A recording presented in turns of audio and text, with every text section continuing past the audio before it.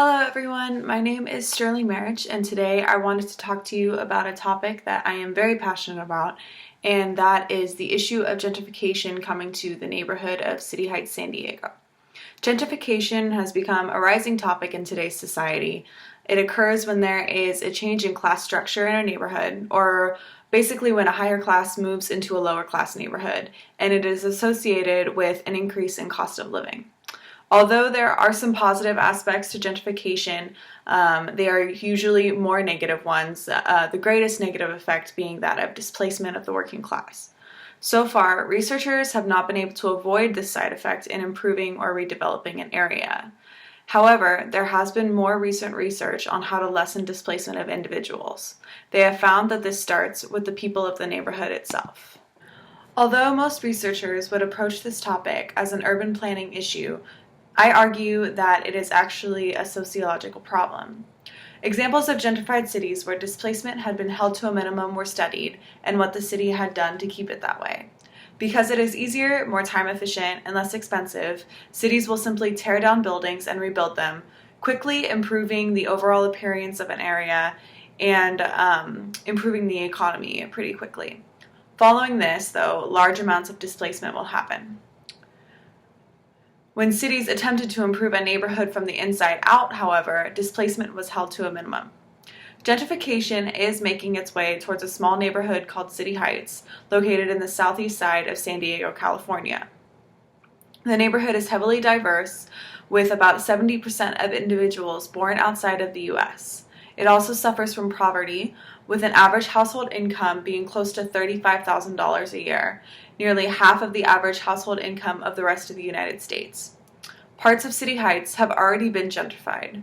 If displacement can be held to a minimum through including the community in the redevelopment, then City Heights needs to listen and learn from the people of the neighborhood.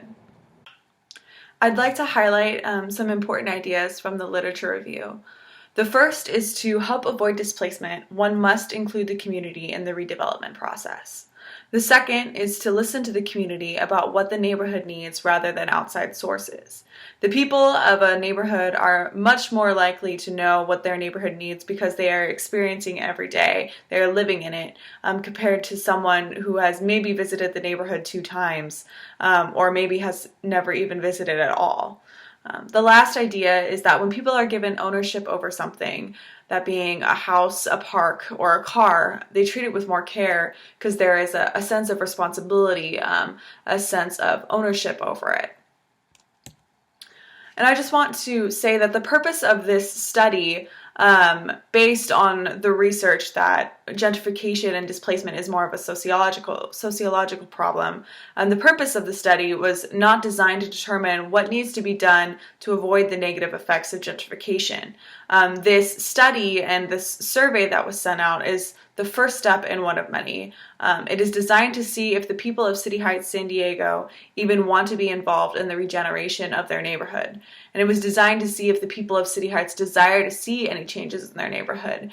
If neither of these things apply to the people, if they do not want to be involved in the development and they do not want to see any changes, when gentrification happens and they are forced to move due to the raise in rent costs, most likely they won't really care, because if they don't care about their neighborhood in general, if they're forced to move to another place, they could even be happy that they are having to move because they don't care about the neighborhood at all. For this study, a 25-question survey was completed through SurveyMonkey. The survey was open over the course of 2 weeks, and it was distributed to the people of City Heights through email and Facebook. African, Vietnamese, Middle Eastern, Hispanic, Korean, Asian American, and Caucasian people all filled out the survey. The ages ranged from about 15 to 51 years, and the income ranged from $14,400 for a 7-person household to $100,000 for a 1-person household. English and non-English speakers were reached. Respondents answered questions regarding neighborhood safety, community, economy, and structure on a weighted scale of strongly agree to strongly disagree. 86% of respondents said that they would want change in their neighborhood, while 91% said that City Heights was in need of improvements. 78% said that the neighborhood could be improved structurally. Graffiti, broken windows, and trash line the streets, and business fronts are old and need some refurbishing. However, only 35% said that they were not satisfied with their housing condition. Also, 72% hope for better educational opportunities for them and their children. Due to the large amounts of students that speak English as a second language, many schools are not adequately prepared or have enough staff for the amount of students that need extra help. One of the 3 high schools has a 50% dropout rate, while others have students that are involved with gangs and suffer from poverty. 70% said that they feel as if they have community in City Heights, and 90% of people said that they love the variety of cultures, which contradicts the high amount of racial tension seen from past research. 75% of the population of City Heights were not born in America. Representatives of Burma, the Karen, Vietnam, Congo, Uganda, Kenya, Sudan, Iran, Guatemala, Mexico, Russia, Ukraine, and even more countries all occupy City Heights. There is racial tension between different African tribes, between Africans and African Americans, between Asians and Hispanics, between Muslims and other religions, and between Caucasians and African Americans. Despite this, 90% of people said that they loved the variety of cultures. A majority of respondents said that they would like to be more involved in their community as well. 86% said that they would like to be more involved in the development of their neighborhood, while 76% expressed that they would like to work in City Heights if possible. Also, 77% of people said that they would like to meet more people in their neighborhood. Lastly, 71% shop at the businesses in City Heights, and 73% wish that City Heights had a better reputation. The negative effects of gentrification have often been seen as an issue from poor urban planning. However, because of research accomplished in the past, displacement through gentrification seems to be more of a sociological problem rather than one caused by change in structure. When residents of a neighborhood are involved in the revitalization process and make decisions regarding those improvements, displacement is lessened. The City Heights community was asked if they thought if their neighborhood needed any improvements and if they would want to be included in the revitalization process. One can see that an average of 75% of people wanted to see improvements in their neighborhood and wanted to be a part of the community development process. Many expressed their love of the different cultures in City Heights. There was not only a desire to improve the structure of the neighborhood, but there was also a desire to meet other people in the community. Conduction of research will need to continue for increased validity, and many more similar surveys will need to be collected.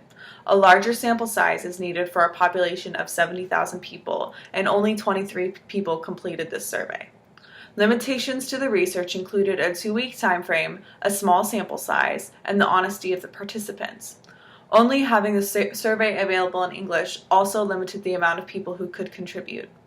Furthermore, following through with neighborhood-led community development is much more challenging than simply speaking words about change in the neighborhood. If research continues, actions may not be taken to the people to improve the community. Lastly, government policymakers and city officials need to be willing to work and collaborate with the people. If the city of San Diego is unwilling to cooperate, this research is without worth.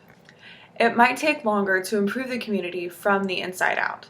However, if thousands are kept from displacement, this project could greatly affect how the state or even the country moves forward in community and urban development. Including the people of the neighborhood in the development of their city is of the utmost importance in avoiding displacement. Thank you.